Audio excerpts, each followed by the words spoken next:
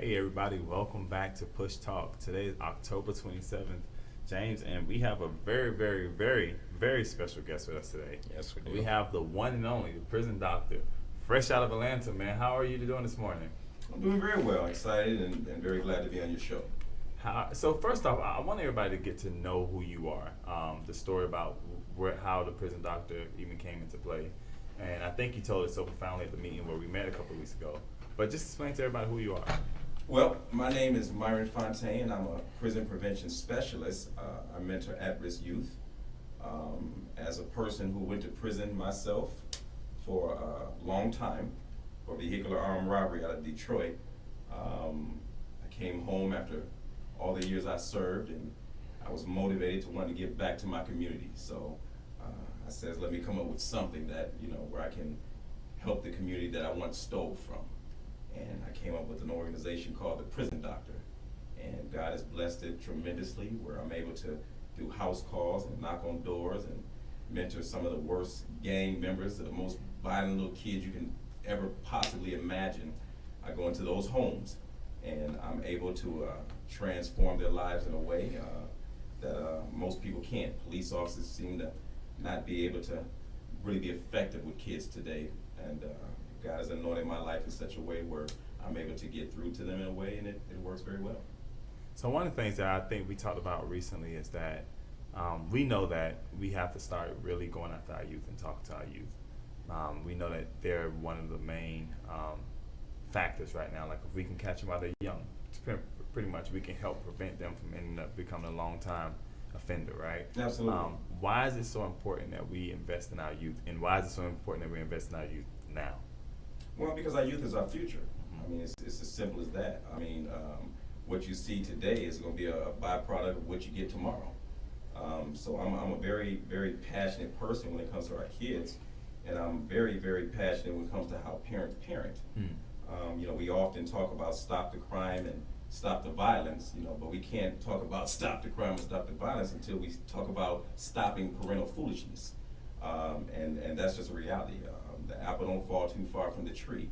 So if we don't address how parents parent and the things that they're doing that are causing our children to be so callous, so brazen, and so disruptive nowadays, and so non-caring about their lives, then we have to address, the parenting aspect of it. What are parents doing that maybe are perpetuating some of the violence in our own communities, even in our own homes. So I'm very serious about getting with the parents and sitting them down and trying to find out what they could be doing wrong. Because Sean, the reality is, when I do these house calls, oftentimes after I spend 5 minutes with the parents, I quickly understand what's going wrong with the child. And that's interesting too. We were just actually holding a discussion I think the other day about there's a football player I'm working with now who's getting ready to build a school in South Fulton area, but we was talking about, he's going to be hosting kids between the age of 12 to 18, but we was just talking about the fact that they come through your program for like 2 or 3 years. Ultimately, that 12-year-old is going to go back home to his parent, right? Mm-hmm. And if we haven't rehabilitated the parent, the work that we've done on the child absolutely becomes in vain. Absolutely.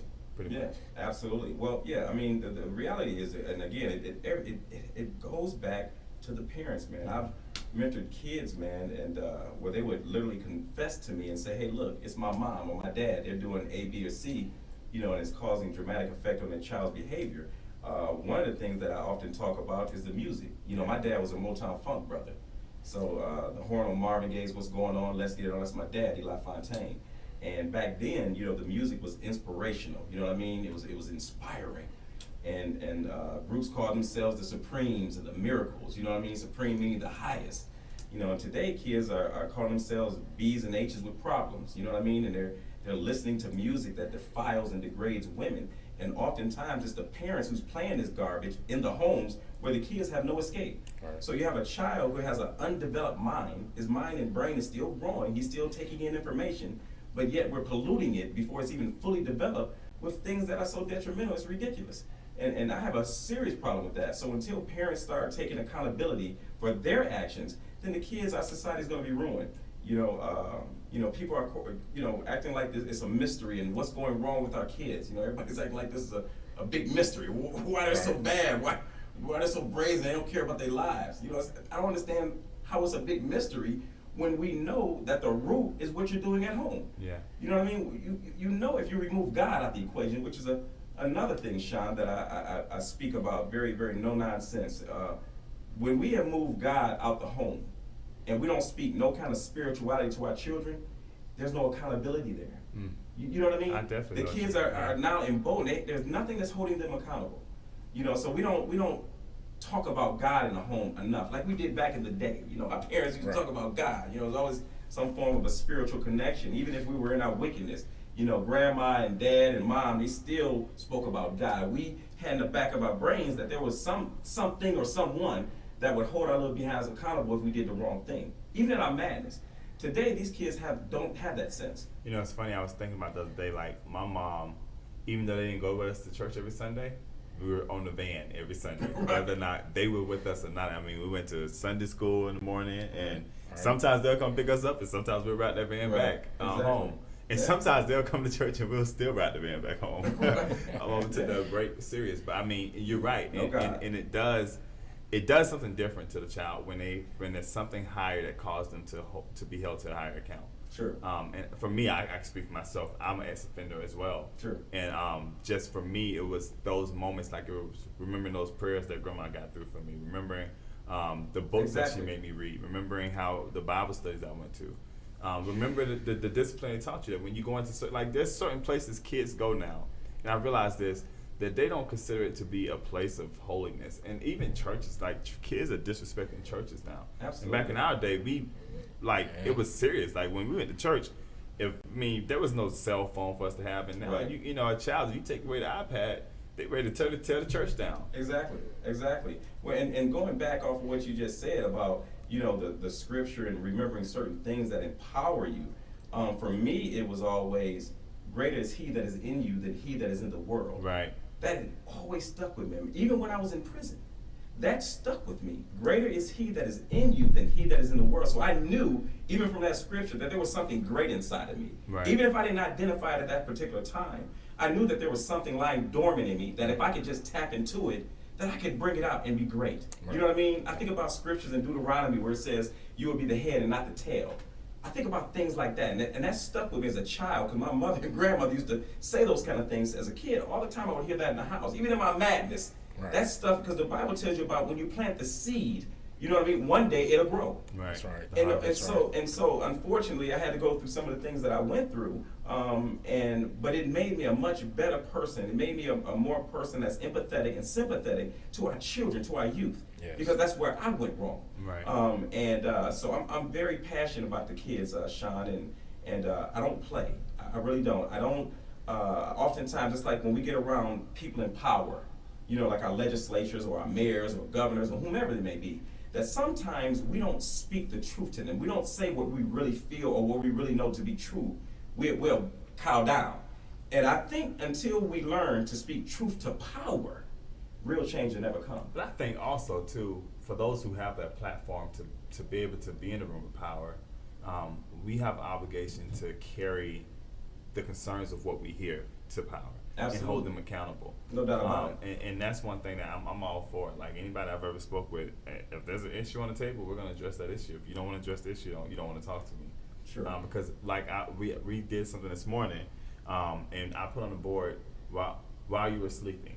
And I got these stats of how many deaths there were yesterday. It was about, I think it was like 18 deaths yesterday in the Metro Atlanta area, and 3 of those were kids, right? We talked about how many people were incarcerated yesterday, and how many of those people who were incarcerated were able to bond out, right? It's just so crazy that while we're sitting up here talking, and while we're sitting up here having these platforms, and we're creating this environment, we're doing nothing with the platform, right? And it means nothing to have the platform and do nothing with it.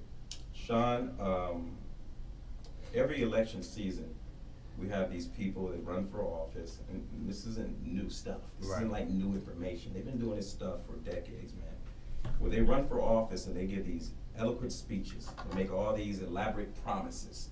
You know what I mean? That we're going to fight crime and we're going to do this and that. They do it all. The president, everybody's done it for God knows how long.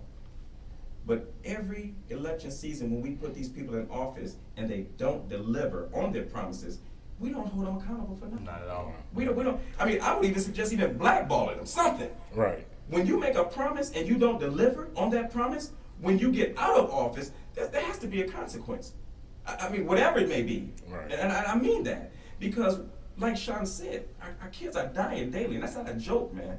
And I think that people, we become like selfish to a degree as a people, where we can literally see somebody getting hurt or somebody getting victimized and not even want to do nothing about it because it's none of our business. That's what we say. Well, that's not my business what's going on with that little girl next door. Let them deal with that. Right.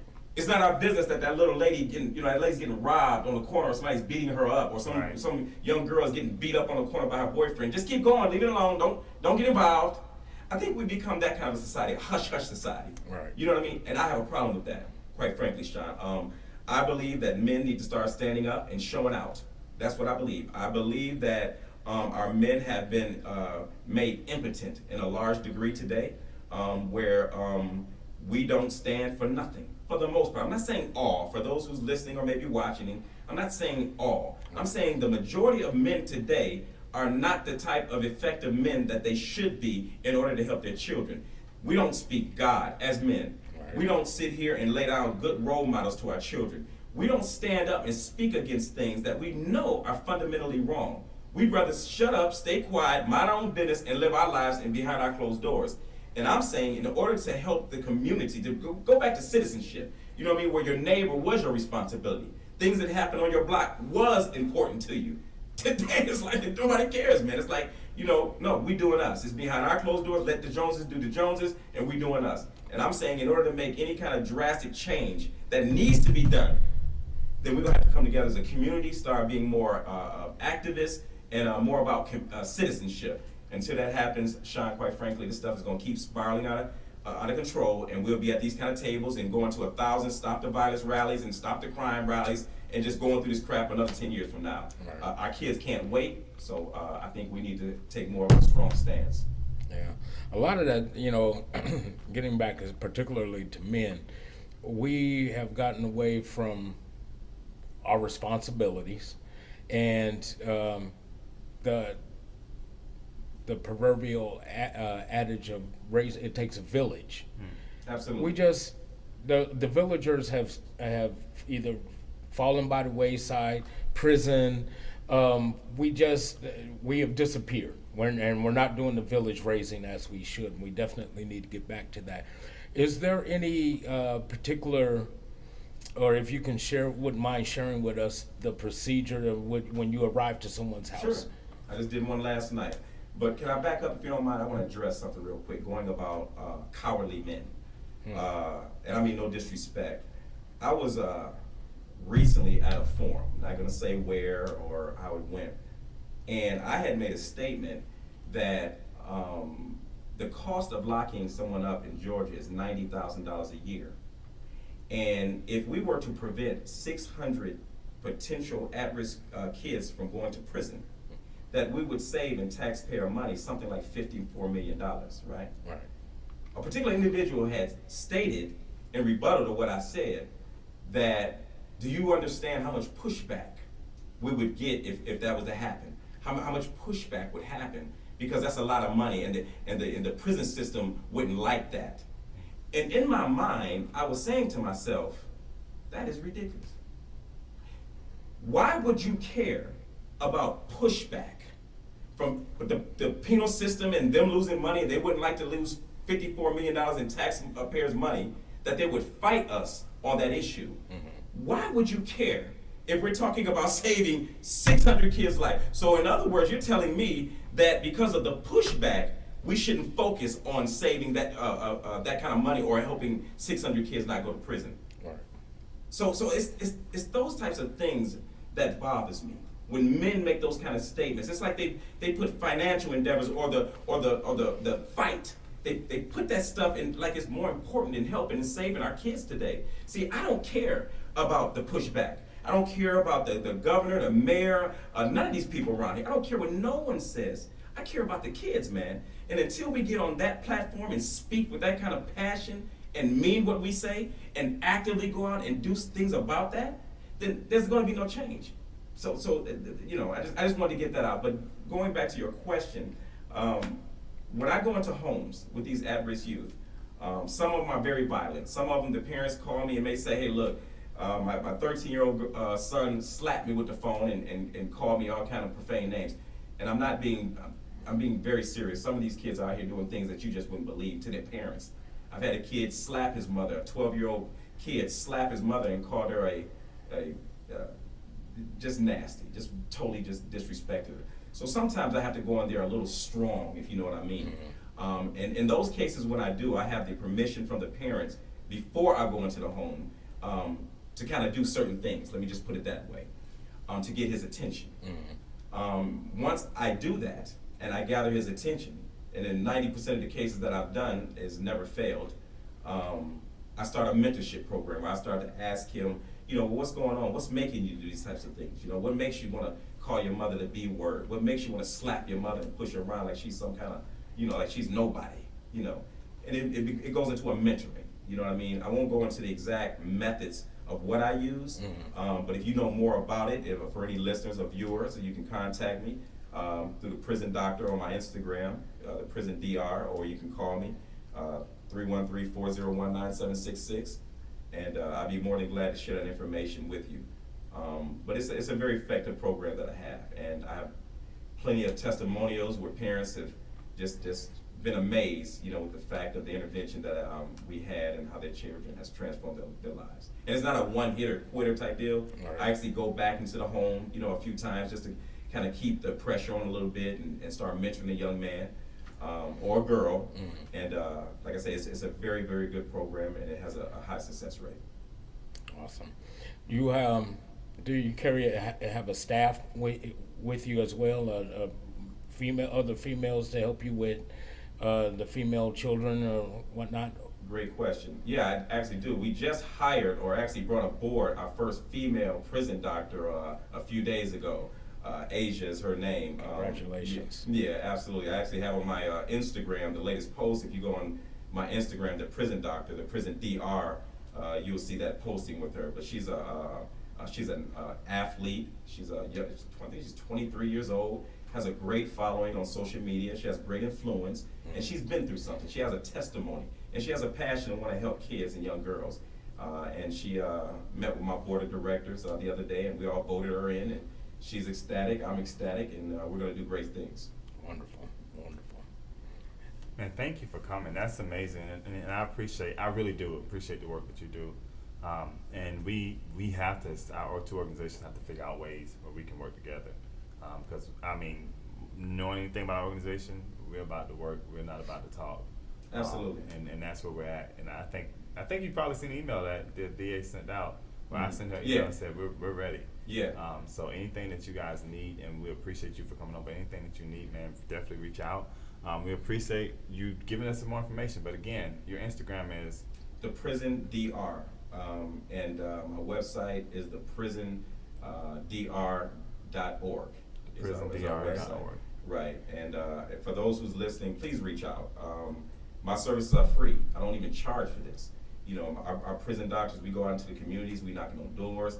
I traveled an hour and a half from where I live to go to Cherokee. That's where I was last night. Cherokee, Canton, I believe, Cherokee, Canton. I drove an hour and a half through Atlanta traffic. Imagine that. I don't need to say no more. And for free. But this kid needed my assistance. The mom needed my assistance, and today he woke up, he took his little behind the school, and he's doing his chores when he gets home, and I'm gonna follow up with him later on the day and make sure he's doing it. I still have kids that call me from Detroit that I mentored 3 years ago that I've helped. They have access to me 24/7. It's a large responsibility that I take, but I love our kids, man, and I'm gonna represent, and that's just the bottom line. All right. Mad respect for what you do. Yes. Thank you guys for tuning in today. Thank you to the Prison Doctor for being here.